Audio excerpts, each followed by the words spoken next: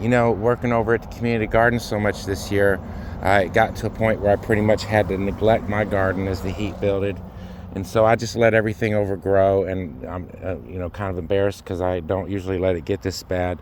But I want to show you something about it, because you know, when we get this hot in the summertime, then and we allow the overgrowth, it actually isn't always bad, and it's not robbing the plants of nutrients like people think. What it's actually doing is creating this mesh, this web of roots that are holding the water in, and that are really like you know, holding that water like a sponge during the hottest parts of the year. And I can prove that to you, because if you come down here and look at these cherry tomatoes that I have not watered in, I don't know, 2.5 months at least. Nobody's even been out here messing with this stuff. And you can see these were growing in the grasses, and I've been pulling them out, getting everything cleaned up. We've got plenty of cherry tomatoes.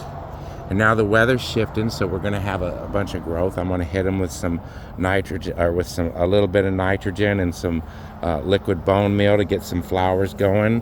We're going to treat them like vines. But look, this is on their own. And you all know it hasn't rained much this year. So my point being is, yeah, it's a little untidy, but maybe if you let this stuff grow up a little bit around your vines like this, kind of let it grow together, right? Maybe that's not such a bad thing. Maybe you could keep everything cut back so that it won't be competing so much with the vines, and you keep everything tied up.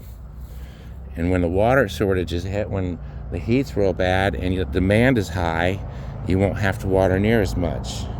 That's a big deal in Arkansas.